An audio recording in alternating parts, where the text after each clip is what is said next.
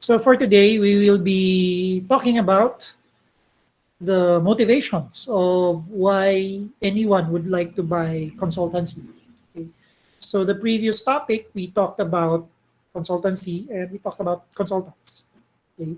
So we talked about the the object of consulting, which is really consultancy, and we also talked about the subject of consulting, which would be the consultant. Okay. Now, the thing there is that when we look at the object of consulting, which is consultancy, right? Consultancy is not a standalone thing, right? It's not something that would exist on its own or something we would call reflexive. Right? That's a very philosophical term, right? But consultancy would always be directed towards another subject or another person or another being, if you may, right? And before we go into that, okay, let's try to unpack why anyone would like to engage consultancy in the first place. So that's going to be our topic for today's session. We'll dive in and take a look at the clients. Okay, so we'll answer the question, who is your client? If you're the consultant, who is really your client? And then you try to find out why the client would like to engage you for consulting work. Okay, so we'll talk more about that. And then towards the end of the particular lecture, if you have questions or you'd like to clarify certain things, don't hesitate to ask questions. Okay.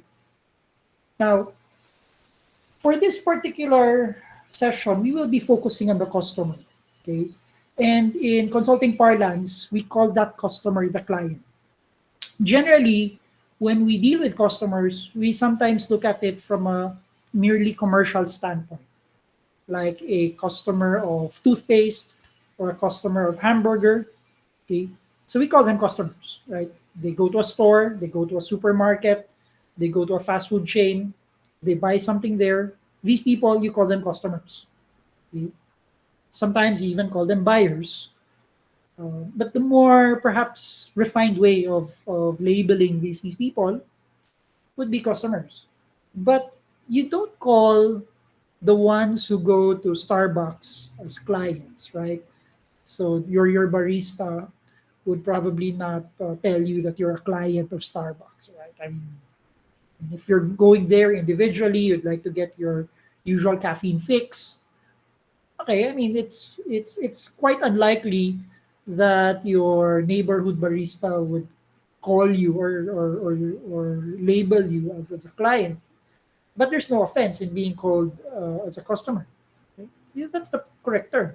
Or you wouldn't go to a supermarket chain like Robinson Supermarket or SM Supermarket or SNR or Landers, and whenever you roll out your shopping cart through the counter, that the cashier will address you as the client of Landers or the client of SNR.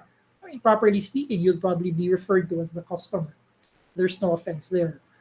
Now, on the other hand, when you're dealing with consulting, okay, while technically it may seem accurate that you are a customer or you're dealing with a customer, okay, the more refined way of addressing them would be that they're clients. And we'll try to understand why. Okay? Because unlike your your McDonald's situation, right? Your customer is your customer. You're clear who's buying the McDonald's. Okay? It's either you will consume it or your party of X number of people will consume it. That's clear. And it's very one-off transaction, right? You can go back to another McDonald's store to buy again sometime in the future, but that's never guaranteed, right? So that's the difference. But in a client's perspective, I mean, it's much more complicated than buying hamburger or buying groceries, right? And nevertheless, if you think about it, it is the client's willingness to provide money in exchange for the consultant service that the entire business, the entire industry of consulting is built. Naturally, uh, as it is generally when it comes to commercial matters, there is no escape from making sure that you have to make money, right? Somehow. There's nothing wrong in trying to make money.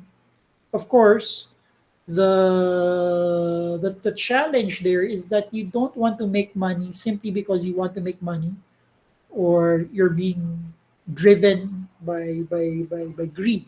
Okay? But nevertheless, the fact remains that consulting has to be profitable, has to make money. Otherwise, it wouldn't make sense for you as a consultant to be involved in that activity. Okay? So therefore, if you really want to have this profession grow, okay, and you'd like to stay long as a consultant, well, you'll have to understand that the client has to be willing to pay you for the service that you're offering to them. Okay? So now we're gonna set apart, in the meantime, doing consultancy, which we will be talking about very much for the latter part of our course, and focus a little bit on selling consultancy. The idea that we want to be able to actually offer the services of consulting to any particular person or organization or client. So we'll talk more about selling consultancy in today's session. Now, before we actually can sell consultancy, before a consulting engagement can be met, well, there are some prerequisites. Okay.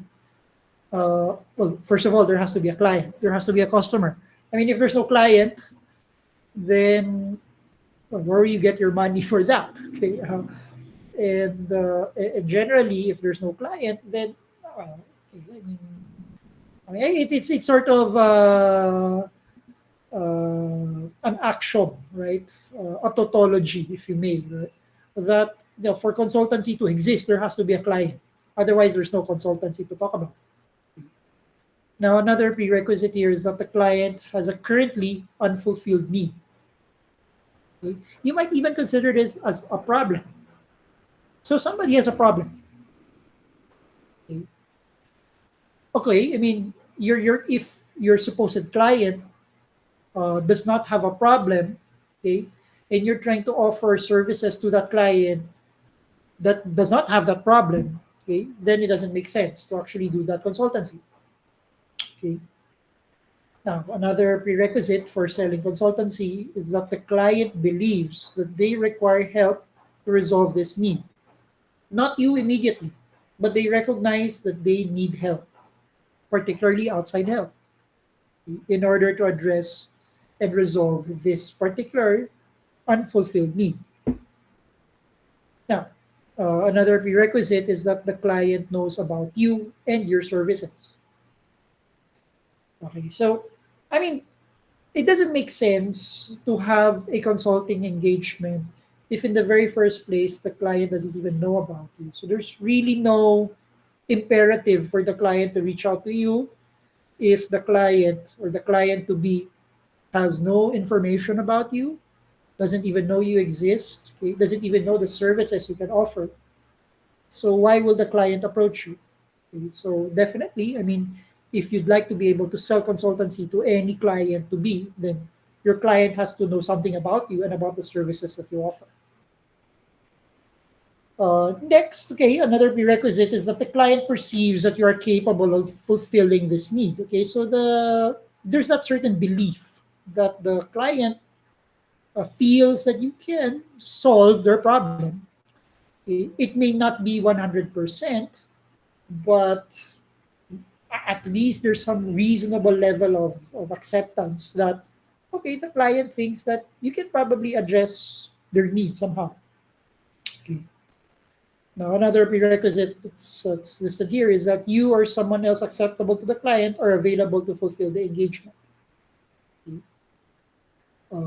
Availability. Now, if you're the type of person who's already fully booked, so you're not available to service that client, well, you won't be able to sell that consultancy to your client. Of course, now you can foresee the danger in trying to oversell, right? You will probably be overselling your services, but you might end up not being able to deliver that service. In which case, you create a negative impression about your ability actually do service, which would then put you in a difficult situation in the future with other potential clients. Okay. Now, another prerequisite is that the client has a budget or finances to pay for your services. So they have money. Okay. Of course, it doesn't make sense for you to go out and do consulting with for them if in the first place they're not capable of paying for your service. Okay. And lastly, the client has authority to spend the budget or the finances involved. If you take a look at it, if we go back up, okay, you can see that this is like, well, they're prerequisites. We call them prerequisites. The textbook called them prerequisites. You can also see in these 8 items some sort of a step-by-step way of selling consultancy. In fact, these 8 items that you see with you in front of you right now, you actually call them pre-sales or pre-selling. Okay? And if you've noticed, before you can actually sell or offer the service to a particular client, you still have to do a little bit more work before that. And you call that pre-sales. Okay? You pre-sell. For example, you have to understand that the client has an unfulfilled need or a problem that needs to be solved. Okay? And later on, we will see it that sometimes the client potentially may not know that they have a problem. Okay. Now, if the client cannot recognize that they have a problem that is unfulfilled, okay, then there's no point in trying to do a hard sell of your consulting services. So, for you to be able to effectively sell your consulting services, you need to do some pre selling. You need to be able to help the client establish that there is an unfulfilled need and they need help from outside of the organization to resolve that need. Okay, that's one example of a pre sales activity. Another thing would be is that the client doesn't know anything about you or your services. This would fall in the realm of marketing. So if you think about it, consultants also need to have some idea on how to market themselves. Okay?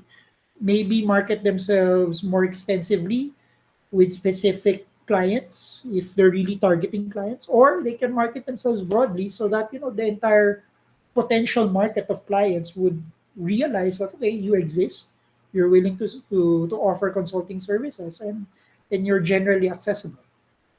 Okay, so you notice that there's going to be a little bit more work. I mean, while the header of these two slides say that these are prerequisites, these are not just simple uh, tick boxes that you check off, right? Very simply, you'll also need to do the work. Okay. Um, Obviously, you have to find out, okay, or yeah, you have to find out whether your client is confident about you. Okay? That's also important. Okay? If not, then you really have to sell yourself. You really have to market yourself that you are a credible provider of such services. You're not yet even selling the consultancy services. You're still selling yourself. Okay? And of course, there are other things. Like for example, if you're dealing, for example, government agencies, then the finances would probably not come from themselves, but let's say from the general appropriation that is set aside by Congress. So just to give an example, okay. So even then, you probably have to make some extra step to try to convince, let's say, Congress or some fiscal authority to say that okay, the agency has to set aside a certain amount of money to actually get you for your consulting services. Okay, so and these things, as I had said just a while ago, they all involve a lot of work. You also need to do a lot of effort before you can actually sell your actual consulting service. Now, what are the typical obstacles to selling consultancy? Okay, and normally these obstacles you will find them at the start during your pre-sales stage. Okay? So, what are examples? You may not convince your client that you're the right choice. Okay, um, and this is different from the second point here that you're often in competition. Okay? Sometimes on its own, you're probably not the best fit for whatever needs that they currently have. For example, if you are an IT consultant and your specialization is on storage, you've handled implementations of storage systems, okay? But the client has needs for security. Okay? I mean, on its own. I mean, if you're of all you've been doing is just storage work, and you're not really a security expert, then your client won't be convinced that you can actually service them for various security needs. Whereas on the second point, you're often in competition. So, for example, okay, the client has security needs and you're a security expert, but there are many security experts out there, not just you. So, that's also another obstacle that you'll have to face. Okay?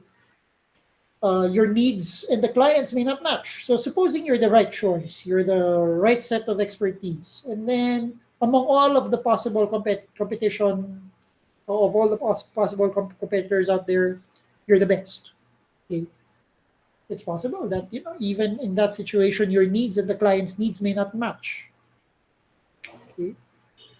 And there could be other where does it not usually match? For example, in terms of pricing, you think that for the client to actually get your service to address a certain need, you're going to charge them this much, but the client, through no fault or of his or her own, may think that okay, it's probably too expensive, or I agree with the price, but I just don't have the money or the budget, so there's no match. Okay? Or there could be another more complicated reason why a certain opportunity may never become a sale.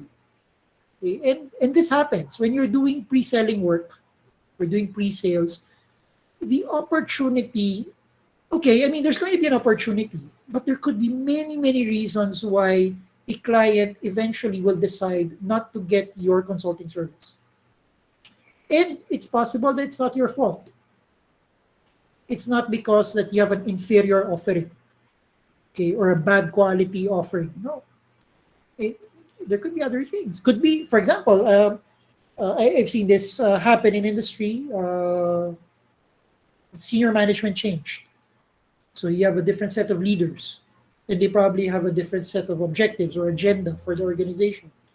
So earlier, the consulting opportunity might make sense under the old leaders, but with a new set of leaders, you probably won't be able to capitalize on that opportunity anymore.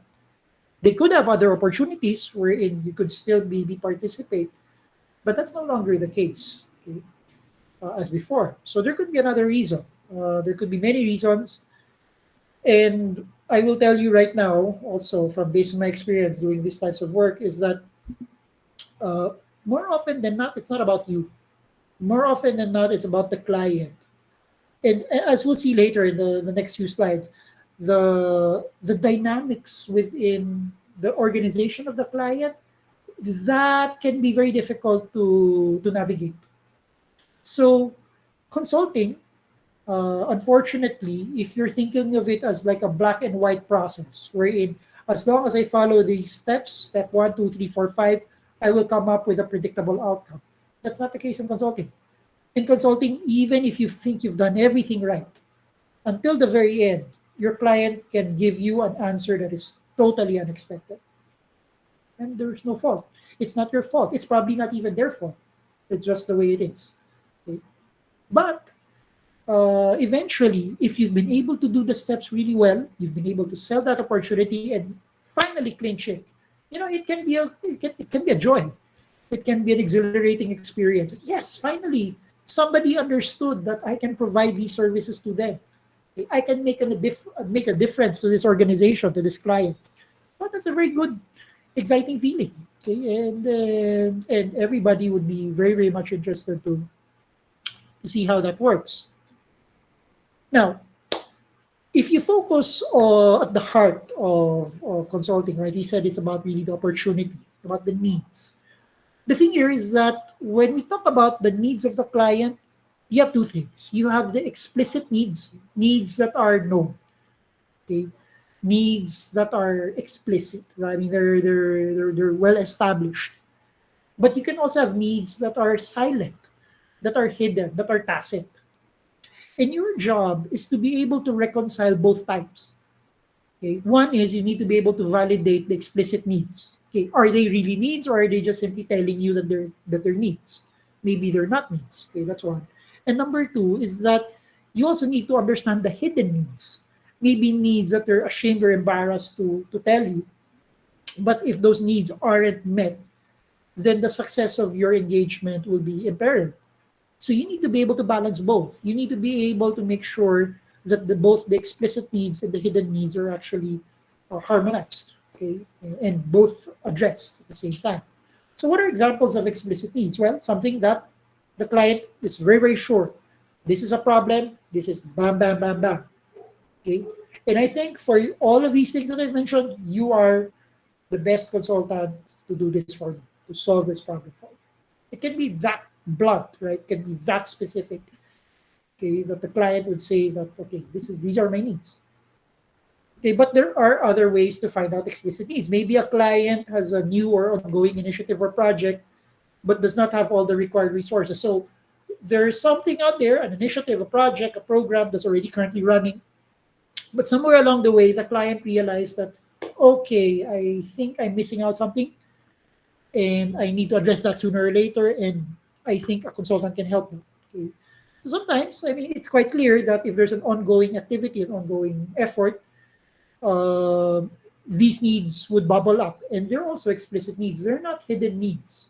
It's quite well known because the initiative or the project could be well known as well. Okay.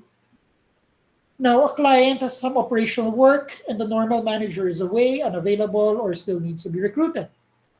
Okay, same idea with ongoing. So if something is already happening and there is a need to actually do something already and you can't afford to wait.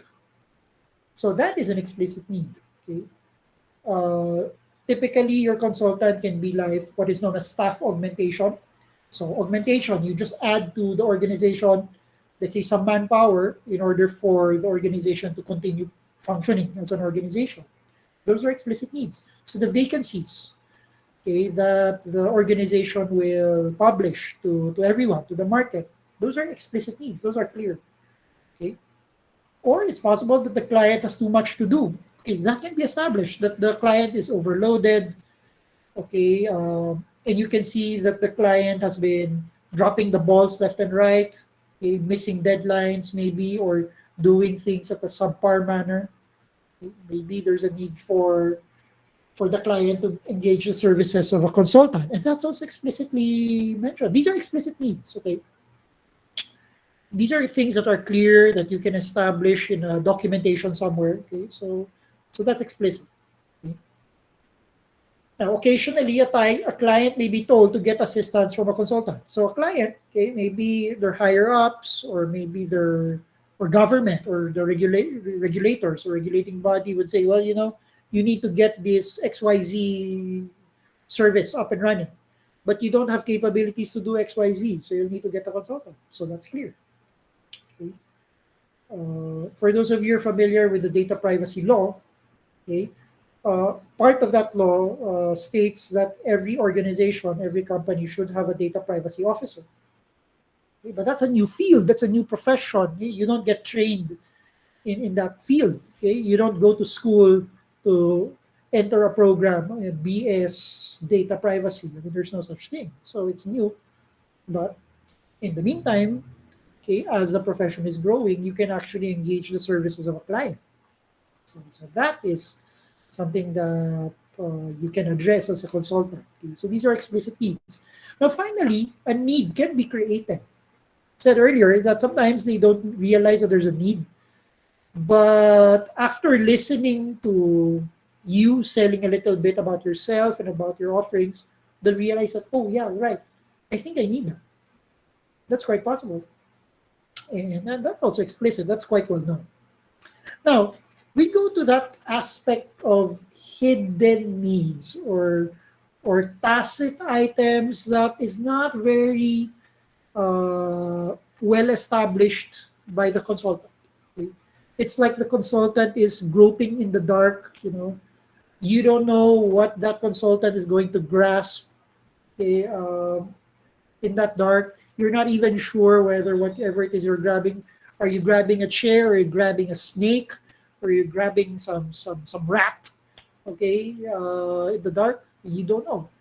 And that can be both challenging, scary, and exciting, okay? Now, and most people have other grounds that they don't divulge. They have other needs that they feel that, okay, it's embarrassing, it's frustrating. Sometimes they think it can reveal their competitive advantage. And then later on, you might, accidentally or intentionally feed this information to their competitors. They'll probably say that, out of confidential reasons, we'll probably not tell you certain things. Okay. But then the point here is that whenever you start a consulting engagement, or even especially in the pre-sale stage, you will realize that you will be faced with a possibility, a very high possibility rather, that you will start with an incomplete and sometimes incorrect understanding of why the client is engaging you. Sometimes they'll tell you one thing, but the reality doesn't match. Okay? And that happens. No? And sometimes it can lead to frustrations. There are cases where consultants, they just blow their top. Sometimes they shout at their clients for being fraudulent, not disclosing things as they should be. But then you realize, and I'm preempting this, is that in the world of consulting, in the profession of consultancy, relationships are important. Okay? In fact, relationships make or break the consulting business. And we'll see that later on in the next few sessions. And that's why in the world of information technology, yeah, maybe in your first few years studying IT, you will have to learn the technical stuff. That's fine. But your sustainability, your longevity in the industry is based on your ability to maintain relationships, the human side, the social side. Okay? Yes, technical factors are important, and you will also need to have these other factors, the X factors, so to speak, the social, the human, the relationship side of things. That is what will make you successful in the industry.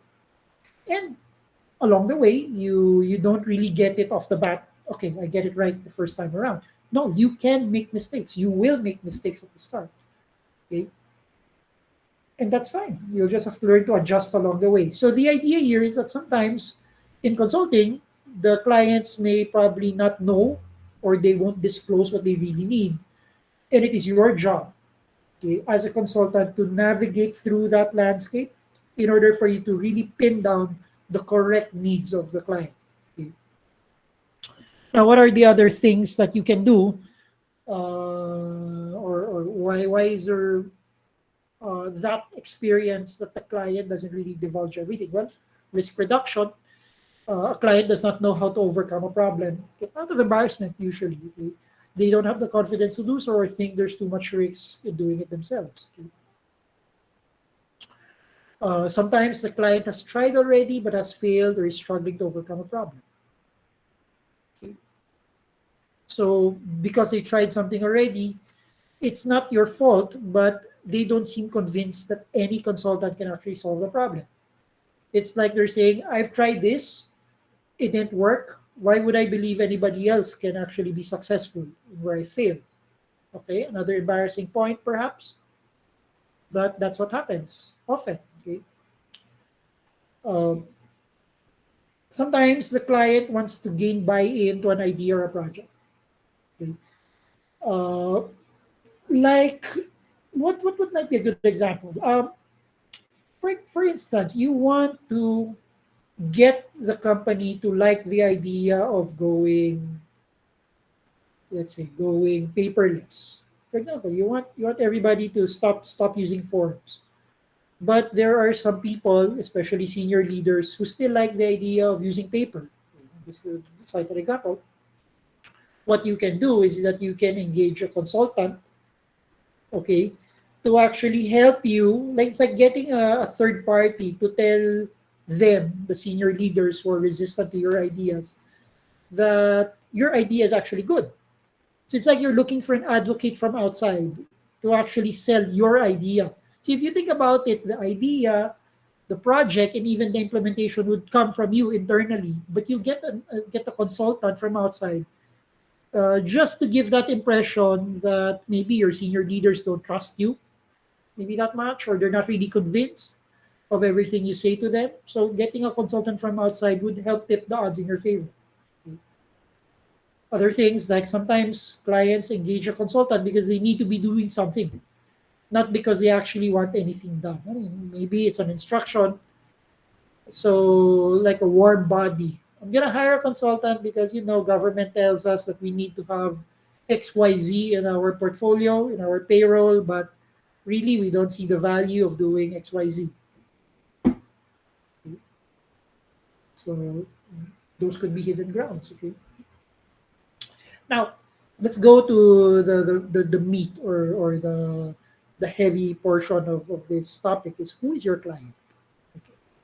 We've been talking about the client in this past half hour, but now we zero in on who is really your client. Well, the thing here is that there are two related problems in identifying your client. Well, one is the difficulty in identifying the true client. So this question at the top, okay, you can paraphrase it as, who is your true client? And later on, we will see different personalities that you may think is your client, but probably is not. Okay? Or probably they're all your clients. Okay? But you have to deal each one differently. Okay? So another related problem is that with all these people, there could be some conflict in the views of the different stakeholders and clients. So now you're seeing that what you might consider as a client is not actually a client, but a stakeholder. And maybe there are some people that you just have considered them as stakeholders. Yeah, they're important, but they're really your clients, that you really have to service them directly. In any case, the difference between a stakeholder and client is based on direct service, the one that you're actually going to deliver your services to. Those are your clients. But we'll see that in a while. Let's try to unpack what is meant by a true client. Oh, sorry. First of all, we have to understand that there are often multiple stakeholders in a client organization who have different views and interests in a particular engagement. You will get conflicts, and that is normal. And in fact, it is your job also as a consultant to navigate and even reconcile the differences in their client, in their views, or in their perspectives, right? Now, the person who engages you is actually hiring you under the direction of a more senior manager. So there's this cascade difficulty, right? Um, so, okay, maybe the one you're dealing with from the client side, that person, he or she, is dealing with you very, very constantly. But then that person is actually just another employee of that organization, even if he or she is a decision maker, but he's not really like the ultimate boss of that organization. Okay. And you realize that the interests of the individuals in the organization probably never align with those of the organization. Okay? Now, there are many theories about conflicts of interest in an organization. Okay? In economics, you have the agent owner problem, for example, right? So sometimes the people you've hired will have a different set of incentives or motivations relative to the owner. Okay? And it's possible that those interests will never align. It's just the way the world works. That's fine. So, your role as a consultant, number one, is to explicitly reach, okay, consensus between all stakeholders. It has to be explicit. It has to be very, very clear. Okay. And there are 5 steps in doing that. Well, first step is openly discuss the issue with whoever first engages you, and try to get them to support you in identifying and resolving any differences of opinion. Typically, you do some sort of an initial workshop or meeting. You get all of the stakeholders there, and then you list down all the concerns. And then for conflicts that you've identified in that meeting, then you try to resolve them directly. Maybe there could be some compromises. Maybe there could be some concessions. Or maybe there could be an acceptance that certain interests are not really important and can be relegated to a much lower level. It's possible that way. But the important thing there is that there has to be an open discussion of the issue. Okay. Otherwise, there will always be an issue. And worse, these issues can probably be hidden, as we've said earlier. Okay. Now, next, it's important to understand who might be clients and stakeholders in the work, and then explore and analyze a specific situation, identifying true clients and exploring their needs. Okay, at the start of your consulting engagement, you probably don't know who your true clients are. You're just meeting a lot of people. Okay, that's going to be your first impression. And some of them you'll realize based on their titles, based on their positions, okay, this person seems to be more important than that person.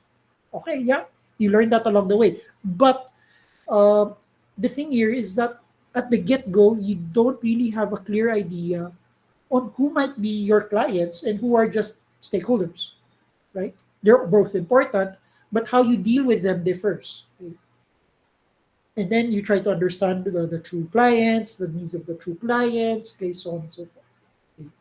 The next step is to identify one primary or the so-called real client who will resolve any conflicts and arbitrate any disputes with other stakeholders.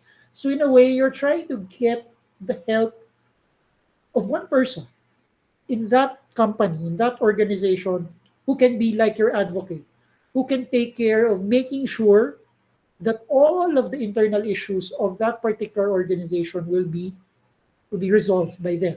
It's not your job to resolve their issues, but it is upon you to make sure that they reach a consensus. Otherwise, if there's no consensus to begin with, then it will be very, very difficult for you to execute the service that you intend to offer to them. Right? And one way for you to ensure that you can actually get the consensus is getting the help of one person, okay, to act as like the control tower of that organization. Okay? And we'll talk about this real client in a while. Okay, so identifying that single person. Okay, and then take what is known as a common sense check. Okay, so these are a couple of questions that you can ask yourselves. Okay, so when you do have an understanding of the different client and stakeholder needs, do they form a coherent and consistent set? Okay. I mean, typically from such a meeting or workshops, you list down all of the needs, right? And then you try to check, is there a common thread across these things that they've listed down, or is there something divergent from this list? Okay.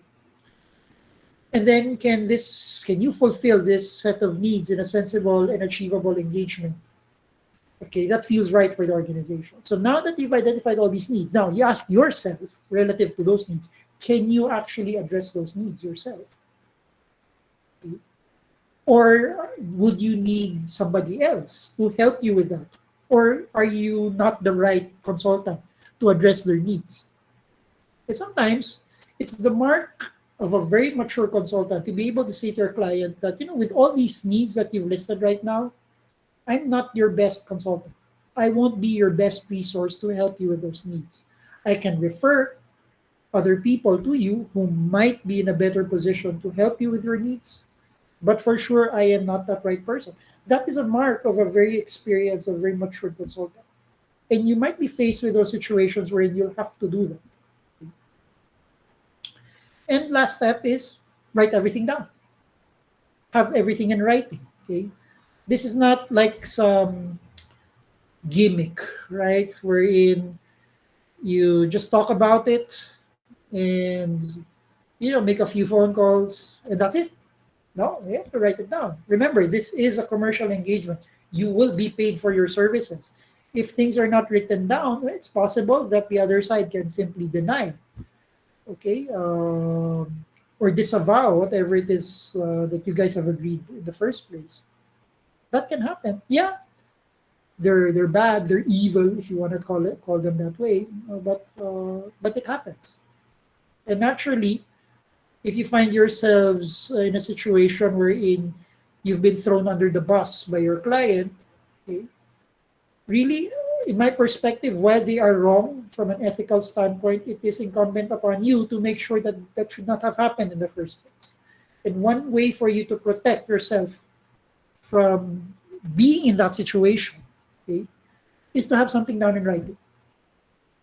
Okay. Sometimes there's this argument that, if you trust each other, well, there's no need for us to write things down. Anyway, we trust each other, no? Isn't that like questioning their trust on you? No. In fact, I would argue, okay, that if they really trust you, then they should have no issues having everything down in writing. In fact, if they really trust you, making that suggestion is an easier suggestion, right? There shouldn't be any resistance.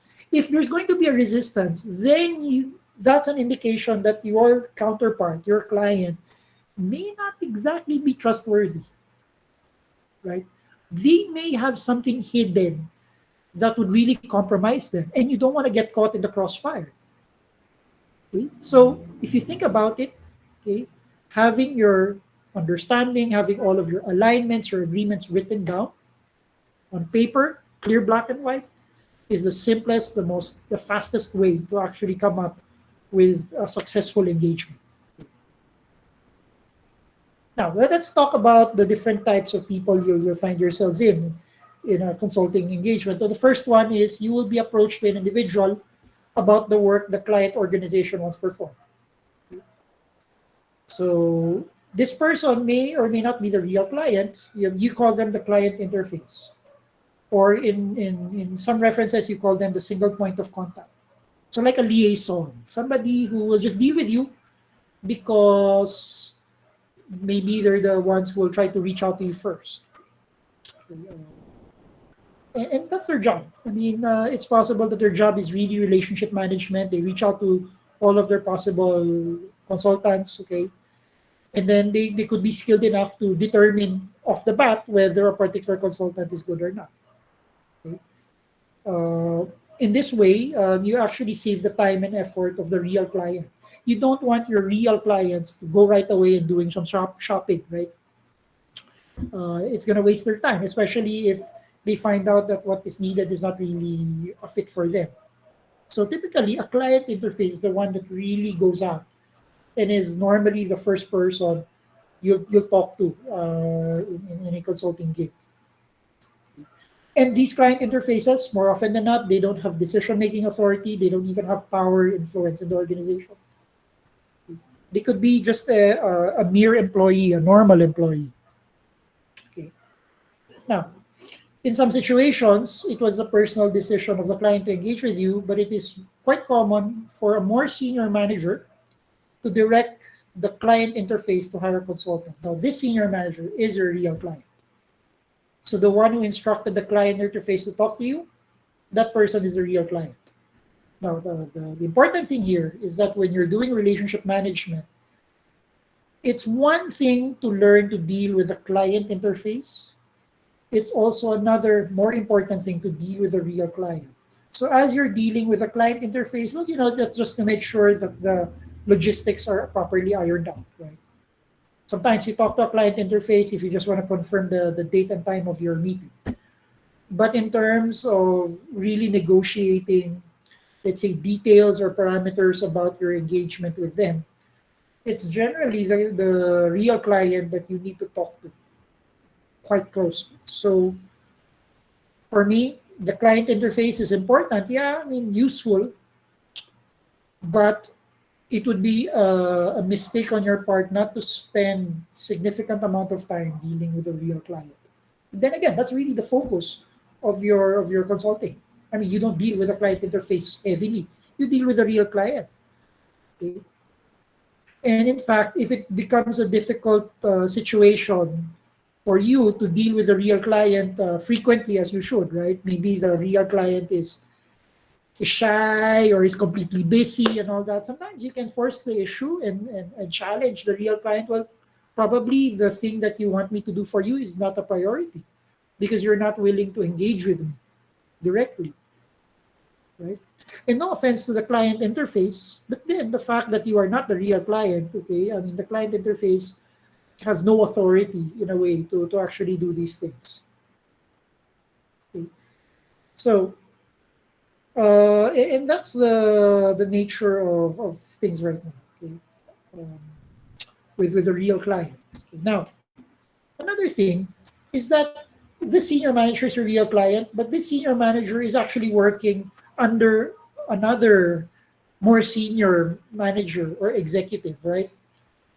Okay. And these very high up people, they probably have no direct involvement or interest in the work that you do, but they can influence the work indirectly by being concerned or even assessing the performance of the manager who engages you. So that very, very senior manager or executive is called the underlying client. In a way, you can look at it is it's like it's the client's client, right? The real client has like another client that he or she needs to serve. Okay? That is your underlying client. The thing there is that you probably don't have access to the underlying client. That's fine. Okay? As far as your specific consulting engagement goes, the underlying client may not be relevant to whatever it is that you're doing. Okay? But would it make sense to have some sort of a relationship with an underlying client? Sometimes. Sometimes. And sometimes, if the underlying client is familiar with you, knows what you're doing, and at the same time is very much impressed with your performance, boy, you can be sure that the underlying client will tell your real client to keep engaging you. Okay? Of course, the underlying clients, we said earlier, maybe they're just being told to get a consultant because they've been told to. Right? So that's your situation. As far as you're concerned, that really establishes or entrenches your business, right? That keeps you in the game. And which is why that even though the underlying client does not have any direct access to whatever it is that you're doing, it is still good to somehow once in a while try to deal with the underlying client as much as possible. Okay. Now, another thing, another important thing, and some of you might laugh about this, but this is also important. Okay, there are budget holders and approvers who need to be convinced before your invoices are paid. Okay, and that, okay, the one who authorizes your bill is known as the financial client. Okay, in fact, this is also very important. If the approver of your money, or the approver of the one who will eventually pay you, is not convinced about you, chances are the engagement will fall apart. So even if the real client is okay with you, okay, but if the financial client says, it's not worth making an investment to pay this consultant, then you're dead in the water, right? I mean, that's it. I mean, no consulting engagement will happen. So even if the real client really, really likes you, but if you're not gonna get paid anyway, then what's the point? Okay. So in a nutshell, this is how the diagram would look like. Okay, it's not really super complex, but now the consultant will typically deal with the client interface. So you see that solid line. And very often than not, the client interface will really be dealing with the consultant. But then you have to realize that there's this dotted line, right? Your dashed lines, the consultant should know who the real client is, should have some relationship with the real client one way or the other. At the same time, your consultant can also have, or you as a consultant, you also have some occasional dealings with the staff, okay, of the client interface. Maybe your client interface is just one person out of many, okay, in a particular staffing organization. And you can see the direct links here. Okay, so the client interface has a direct link with the real client and the financial client. Okay, and all the dotted lines tell you that somehow, okay, the relationship is indirect, but they could still exert influence one way or the other. You as a consultant, even if you're dealing with the client interface very often, mostly for the nitty-gritty matters, you are still going to deal with the real client somehow. You can still influence the real client somehow. And it is up to you also to make sure that you identify the needs of that real client. Okay? And same thing with your client staff. So there could be some other stakeholders that you consider with. Okay. Now, some final points before we wrap up today's session. Well, number one, the client is always a person. And as is true in dealing with any person, okay, you deal them with respect, They have a bunch of emotions as well. They're not robots, wherein they wouldn't try to absorb a massive 100 slide presentation with fearless accuracy, right? They could make mistakes. They could get angry. They could get sad. They could get upset. They could be happy. Okay? But always remember that they're always dealing with a person. So consultancy always has an ethical dimension that you want to consider all the time. Now, ideally, there is one client, which is sometimes achievable, but there will always be more than one stakeholder. And it is your job to make sure that you reconcile the needs of both groups, right? The client and the stakeholder.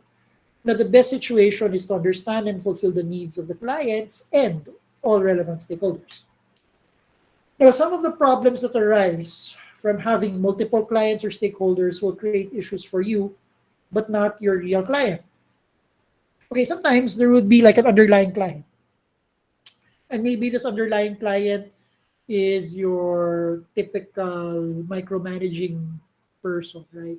Who likes to uh, wet his beak in every little initiative, okay, even if that is not anymore necessary, or it might be an inefficient use of his time.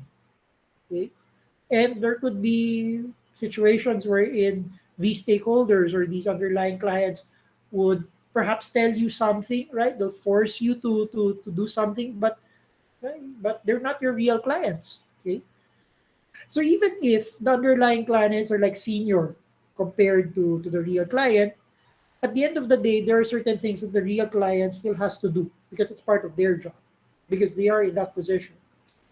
Okay. Um, so, of course, what do we do here? Is there a clear rule that you follow the stakeholder and not your real client? Well, no. All this is telling you right now is that there are a lot of complicated things that go on in consultancy. And sometimes the answer to such a question is never a simple answer like a yes or no or a black and white. Naturally, the idea here is that you want to reconcile both sides.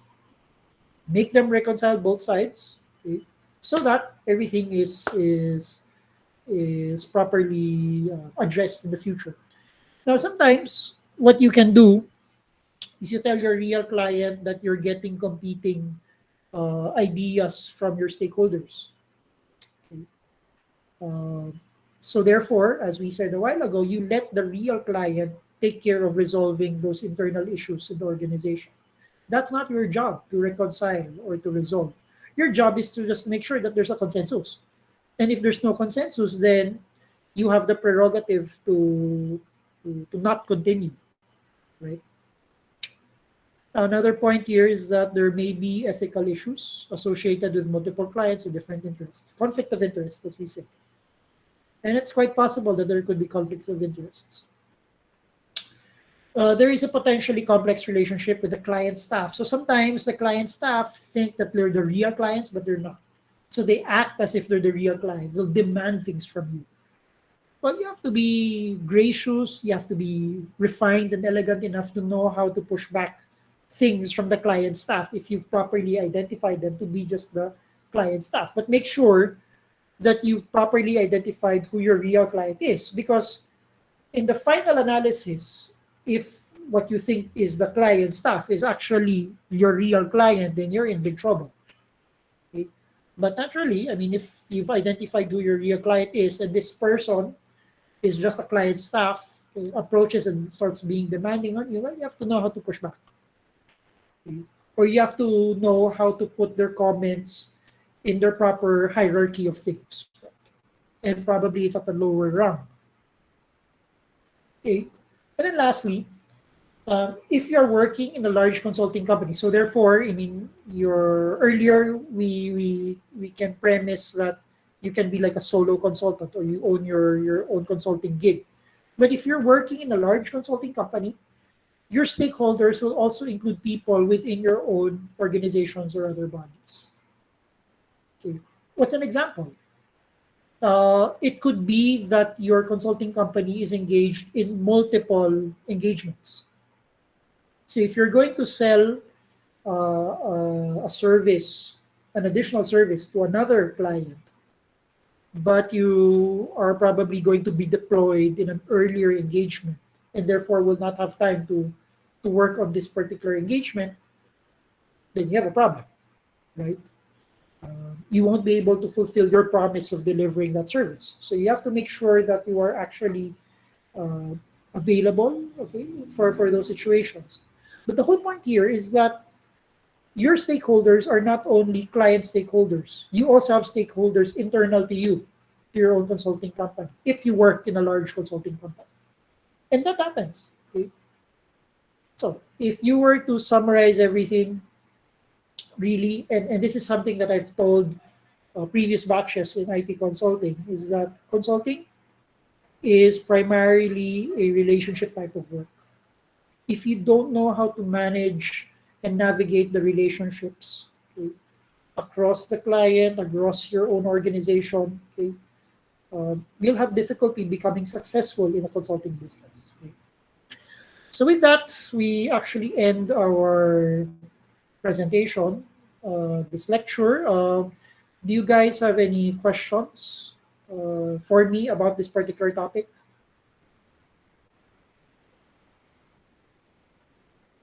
None from me, sir. Okay. Okay, if there's none, then I will stop recording now. Okay.